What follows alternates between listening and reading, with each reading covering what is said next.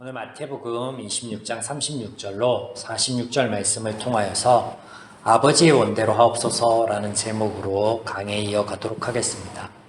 성경 마태복음은 그리스도로서의 예수님에 대하여 우리에게 가르쳐 주시는 하나님의 말씀입니다. 말씀을 나누며 지속적으로 지금까지 강조하였던 것, 예수님께서 그리스도로 소개되고 있다라는 점과 그런 예수님이 그리스도로서의 사역을 이어가고 계시지만 아직 사람들은 죄 문제가 해결되지 않은 죄인이다라는 점을 우리는 잊지 말아야 하겠습니다. 그래야 마태복음 안에 예수님께서 하신 말씀들이 진정 어떤 의미가 있는지 우리가 분별해 볼 수 있겠습니다. 오늘 본문에는 6월절 만찬을 끝마친 예수님께서 제자들과 더불어 겟세마네 동산으로 기도하러 가시는 장면이 등장합니다. 36절, 이에 예수께서 제자들과 함께 겟세마네라 하는 곳에 이르러 제자들에게 이르되 내가 저기 가서 기도할 동안에 너희는 여기 앉아 있으라 하시고 베드로와 세베대의 두 아들을 데리고 가실새 고민하고 슬퍼하사 이에 말씀하시되 내 마음이 매우 고민하여 죽게 되었으니 너희는 여기 머물러 나와 함께 깨어있으라 하시고. 과연 본문에서 예수님께서는 무엇을 위해 기도하신 것이며 그 과정 가운데 깨어있으라 라고 제자들에게 하신 말씀에는 어떤 의미가 있을까요? 많은 경우 이 겟세마네 기도를 온전하신 인간이셨던 예수님께서 십자가 사역에 대한 두려움, 또 제사함을 위한 십자가를 지실 때 아버지이신 하나님으로부터 분리될 것, 혹은 잠시 버림받을 것에 대한 두려움에 이것을 위한 중보기도 하였다 합니다. 그런데 우리가 아는 바 지금까지 예수님께서 십자가 사역을 위해 달려오셨습니다. 이것 오직 한 가지 목적과 목표를 위하여 3년의 공생애를 보내오셨습니다. 네, 앞서 말씀드린 것처럼 예수님께서는 인간의 몸으로 이 땅에 오셨습니다. 그래서 온전한 인간이신 것 맞습니다. 그러나 예수님 안에 죄가 없다라는 것, 이 큰 차이를 우리는 또한 잊지 말아야 하겠습니다. 그래서 예수님 편에서 십자가 사역은요, 결코 고단이 아닙니다. 이를 통하여 사랑하는 이가 죄로부터 해방되며 단절된 관계가 회복될 것에 대해 아셨기에 고난이 아니라 오히려 기쁨으로 담담하게 그 사역을 이루어 가시는 것입니다. 사람들이 이 하나님의 사랑과 가장 닮아 있는 것이 세상에 있다라고 하면 어머니의 자녀를 향한 사랑이라고 말합니다.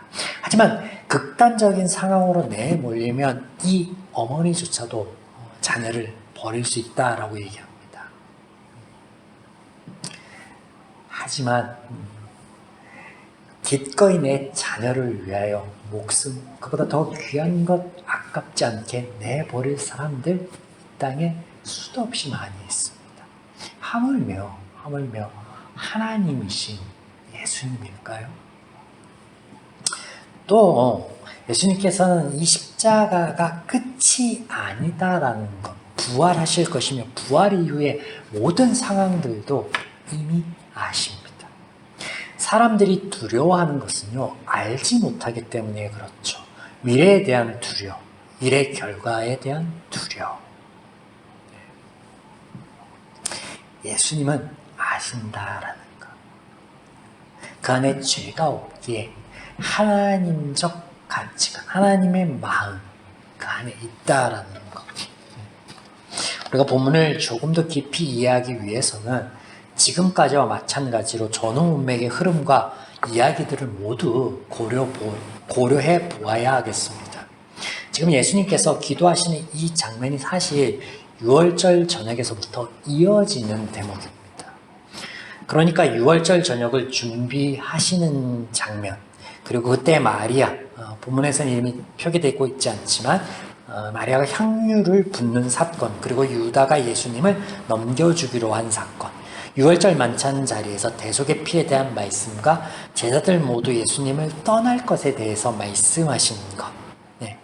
이 장면들과 이어서 본문에 기도하는 장면이 같은 날, 동시에 이루어지는 것이다. 그리고 이 기도 후에 예수님이 잡혀가시는 것까지 이 모든 사건이 하루 저녁에 다 발생합니다. 그리고 그 사건과 사건들 사이에 예수님의 말씀하시며 상황이 다른 것이 아니죠. 같은 상황, 같은 사건들이 연속으로 이루어지기에 이 안에서 말씀하시는 예수님의 말씀 또한 일관된 말씀을 하신다라는 거예요. 그래서 이 사건들, 그러니까 예수님께서 하시는 사역, 말씀하시는 것, 그 모든 것들이요 한 가지를 가리키는데 그것이 무엇이냐면 한 단어로 표현해 볼 수 있겠죠. 은혜. 6월절 십자가 사역이 가리키는 그것 자체가 뭐예요? 은혜입니다. 은혜. 죄인들의 모습이 다른 것 같으나 본문 가운데 26장 가운데 하나님 편에서는 같기 때문에 각자 자신이 옳다 여기는 것으로 나타나는데 종교 지도자들은 예수님을 잡으려 하고 마리아는 향유를 부으며 제자들은 아까워합니다. 이 모든 행위에 예수님의 반응이요 은혜입니다. 같아요. 그들을 향해서 불쌍히 여기시는 거예요. 예수님을 버리고 도망갈 제자들에게 예수님이 먼저 갈릴리에 가겠다라고 말씀하시는 것. 제적 선택의 결과가 유다의 그 삶의 끝이 어떻게 끝날지에 대해서 아셨기에 그를 향해서 안타까워하고 불쌍히 여겨주시는 마음에 말씀하시는 그 예수님. 감사하며 어찌할 바를 몰라 향유를 붓는 여인에게 그 한 일이 기억될 것이다 라고 말씀하시는 예수님. 그 모든 말씀이요 은혜입니다. 은혜. 예수님을 붙잡기 위하여 혈안이 된 종교 지도자들, 그들 다를까요? 마찬가지입니다. 제사함을 얻게 하려고 많은 사람을 위하여 흘리는 바 나의 피 곧 언약의 피니라 말씀하신 이 예수님의 말씀 안에 은혜입니다. 은혜. 제사함의 은혜. 사실 성경의 모든 하나님의 역사는 우리 편에 은혜이죠. 은혜 아닌 것이 하나도 없습니다. 그러면 이 은혜의 역사 안에, 은혜의 예수님의 말씀 안에 이어지는 동일한 은혜를 우리가 어떻게 오늘 본문의 말씀 안에서, 예수님의 말씀 안에서 찾아볼 수 있을까? 먼저 제자들에게 하신 말씀부터 보겠습니다. 38절에 깨어있으라.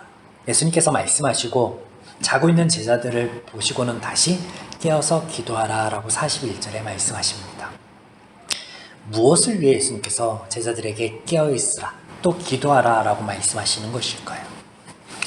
하나님의 사역은 하나님께서 하신다라는 이 성경의 대전제 우리는 이미 알고 있습니다. 때문에 예수님의 십자가 사역을 위한 중보기도 요청을 하고 있는 것은 적어도 아니다라는 것을 염두에 두고, 그러면 예수님께서 왜 그 제자들에게 기도하라고 하였을까요? 제자들에게 지금까지 기도하라라고 기도를 요청하시거나 기도하기 위해서 같이 이들을 데리고 가신 적이 없으신데 말이죠.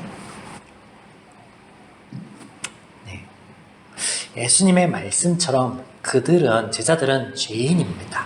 하나님을 향해 깨어있거나 기도할 수 있는 상태 자체가 아니에요. 그러면 그들이 원하는 것은 무엇일까? 마음이 원하되 라고 했을 때 그들이 원하는 것. 제자들이요 예수님의 만찬 자리에서 예수님 말씀 자체를 부인했습니다. 어떤 부인을 했죠? 저는요 예수님을 팔지 않을 거예요. 저는요 모두가 예수님을 떠나도 결단코 떠나지 않을 거예요. 끝까지 지킬 거예요. 이것이 그들이 원하는 마음이죠. 하지만 이런 마음조차도 그들은 지킬 힘이 없다라는 거 예수님께서 아셨죠. 그래서 말씀하십니다. 마음이 원하나 육신은 약하다라고. 그들의 상태에 대해서 말씀하시는 거고, 또한 이것은 죄인의 한계를 지적하시는 포괄적인 말씀이시기도 하시죠. 그래서 죄인은 죄가 시키는 대로 할 수밖에 없어. 아무리 하나님이 은혜의 사역을 이어가시고 은혜를 말씀하여 주셔도 그 말씀대로 살아갈 수 없어. 그래서 십자가 사역이 필요한 거죠. 이런 연약한 제자들, 죄인들을 바라보시는 예수님의 마음이요 동일한데 이것을 본문에서 슬퍼하고 계시는 것으로 표현하고 있죠.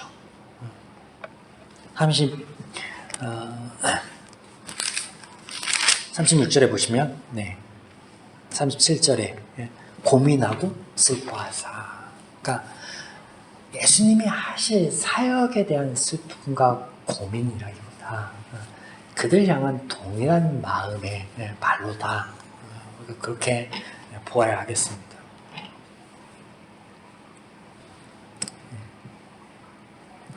사역하시는 내내 예수님께서 죄인들 향해 목자 없는 양과 같아서 그들의 처지가 안타까워서 슬퍼하셨던 것처럼 만찬제에서 또 그렇게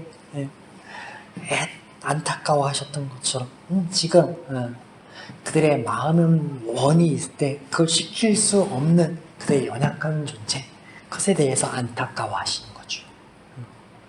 예수님의 기도가 이런 죄인들을 향한 것, 그런 마음에서부터 발현되고 있음을 우리가 먼저 보아야겠습니다.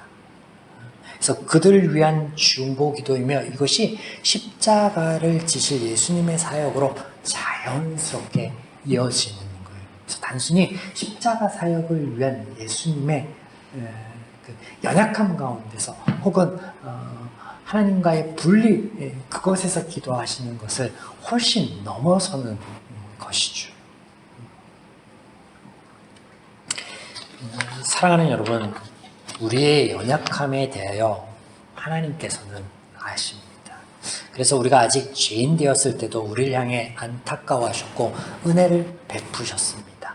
지금 제자들 앞에 또 다른 사람들 앞에 같은 마음으로 서 있는 예수님의 모습처럼 십자가 사역 이후에 우리 죄가 씻겨지고 의롭다 칭함을 받아 다시금 하나님의 자리에 서 있지만 여전히 우리는 연약합니다. 그래서 우리에게 우리의 연약함을 돕기 위하여 성령님을 하나님께서 보내시는 거예요. 우리 안에 성령님께서 예수님께서 겟세마네 동산에서 기도하신 것 같이 우리의 연약함을 위하여 그리고 그리스도의 사역을 위하여 기도하신 것 같이 오늘날에도 성령님께서 이 시간에도 나의 연약함, 우리의 연약함을 위해 안타까워하시고 중보하고 계시다라는 거예요. 우리가 이 하나님의 은혜를 깨달아서 넘어질지언정 꼬꾸라지지 않는 부활의 능력을 덧입는 저와 여러분, 또 이 하나님의 은혜를 알아 누리며 또 그 안에서 동행할 수 있는 우리의 남은 한 주간의 발걸음이기를 주님의 이름으로 축원드립니다.